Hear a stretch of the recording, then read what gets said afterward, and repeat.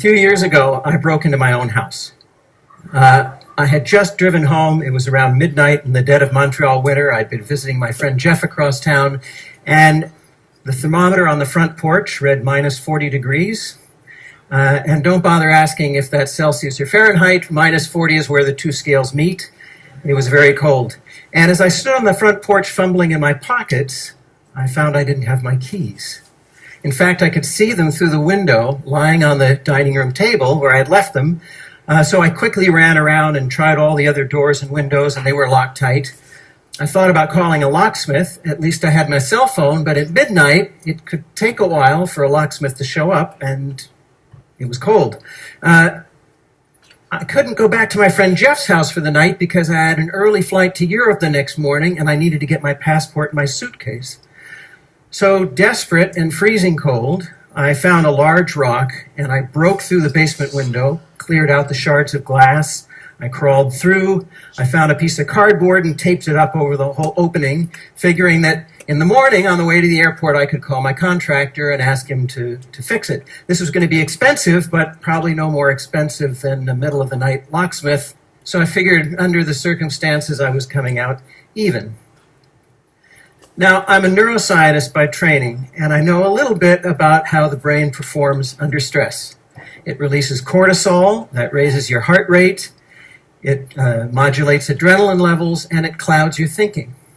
So the next morning, when I woke up on too little sleep, worrying about the hole in the window and the mental note that I had to call my contractor and the freezing temperatures and the meetings I had upcoming in Europe, and with all the cortisol in my brain, my thinking was cloudy, but I didn't know it was cloudy because my thinking was cloudy.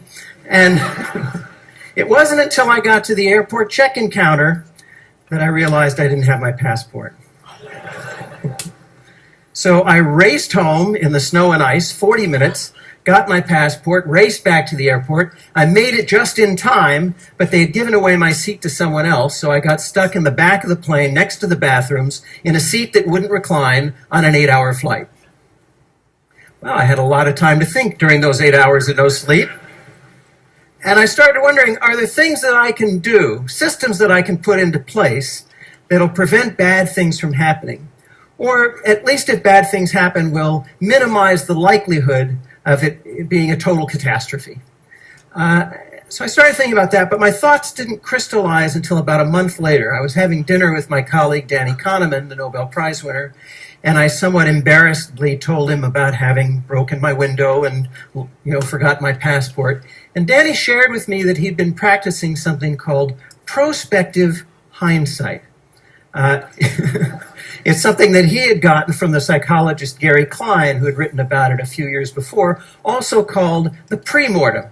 Now, you all know what the post-mortem is. Whenever there's a disaster, a team of experts come in and they try to figure out what went wrong, right? Well, in the pre-mortem, Danny explained, you look ahead and you try to figure out all the things that could go wrong, and then you try to figure out what you can do to prevent those things from happening or to minimize the damage.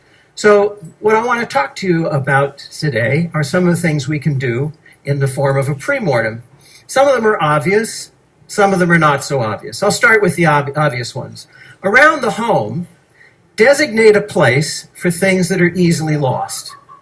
Now, this sounds like common sense, and it is, but there's a lot of science to back this up based on the way our spatial memory works.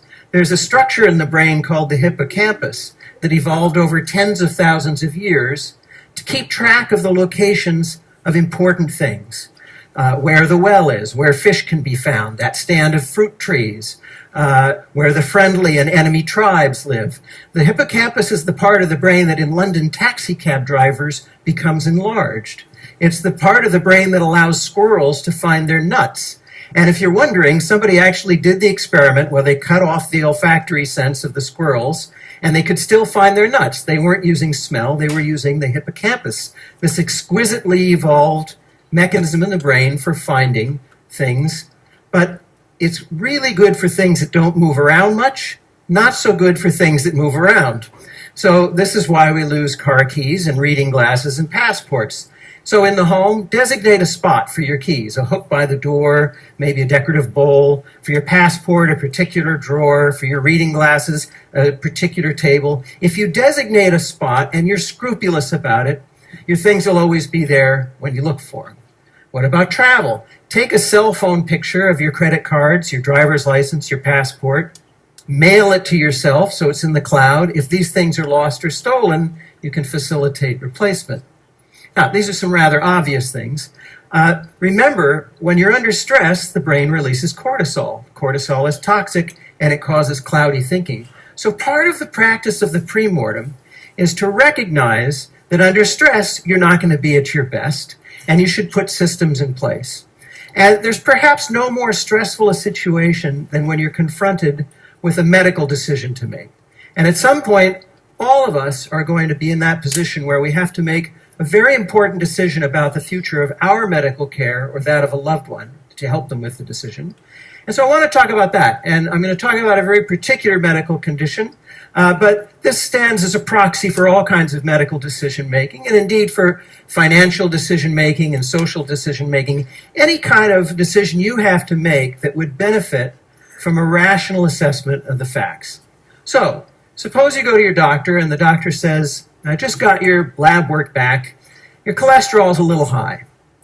Now, you all know that high cholesterol is associated with an increased risk of cardiovascular disease, heart attack, stroke.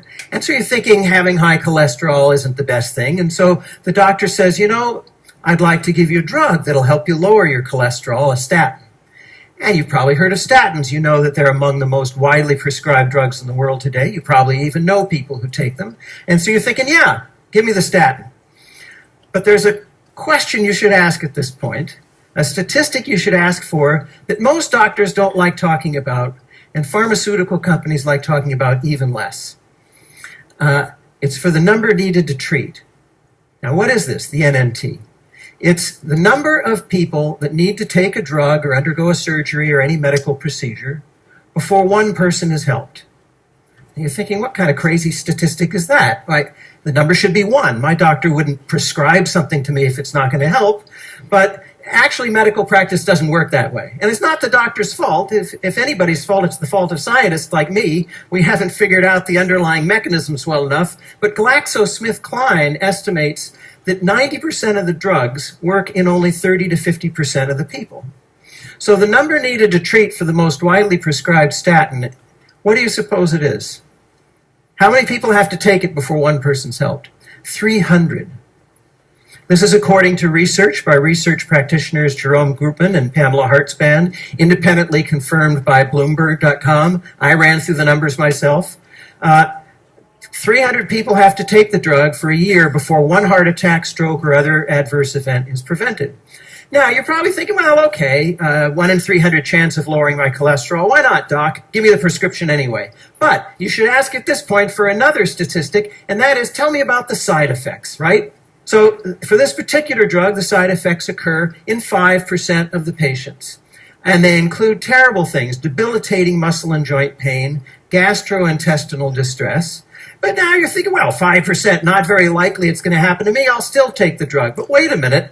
Remember, under stress, we're not thinking clearly. So think about how you're going to work through this ahead of time so you don't have to manufacture the chain of reasoning on the spot. 300 people take the drug, right? One person's helped. 5% of those 300 have side effects. That's 15 people. You're 15 times more likely to be harmed by the drug than you are to be helped by the drug. Now, I'm not saying whether you should take the statin or not. I'm just saying you should have this conversation with your doctor. Medical ethics requires it. It's part of the principle of informed consent. You have the right to have access to this kind of information to begin the conversation about whether you want to take the risks or not. Now, you might be thinking I've pulled this number out of the air for shock value. But in fact, it's rather typical, this number needed to treat. For the most widely performed surgery on men over the age of 50, removal of the prostate for cancer, the number needed to treat is 49. That's right, 49 surgeries are done for every one person who's helped. And the side effects in that case occur in 50% of the patients. They include impotence, erectile dysfunction, urinary incontinence, rectal tearing, fecal incontinence, and if you're lucky, and you're one of the 50% who has these, they'll only last for a year or two. So the idea of the pre-mortem is to think ahead of time to the questions that you might be able to ask that will push the conversation forward. You don't want to have to manufacture all of this on the spot. And you also want to think about things like quality of life, because you have a choice oftentimes. Do I want a shorter life that's pain-free, or a longer life that might have a great deal of pain towards the end? These are things to talk about and think about now with your family and your loved ones. You might change your mind in the heat of the moment, but at least you're practiced with this kind of thinking. Remember, our brain under stress releases cortisol. And one of the things that happens at that moment is a whole bunch of systems shut down. There's an evolutionary reason for this. Face to face with a predator, you don't need your digestive system or your libido or your immune system, because if your body is expending metabolism on those things and you don't react quickly, you might become the lion's lunch, and then none of those things matter. Unfortunately, one of the things that goes out the window during those times of stress is rational, logical thinking, as Danny Kahneman and his colleagues have shown. So we need to train ourselves to think ahead to these kinds of situations. I think the important point here is recognizing that all of us are flawed. We all are going to fail now and then.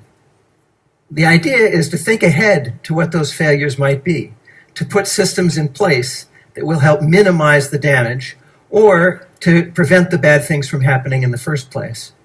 Getting back to that snowy night in Montreal, when I got back from my trip, I had my contractor install a combination lock next to the door with a key to the front door in it, an easy-to-remember combination.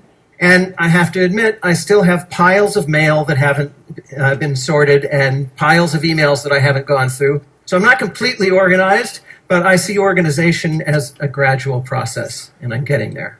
Thank you very much.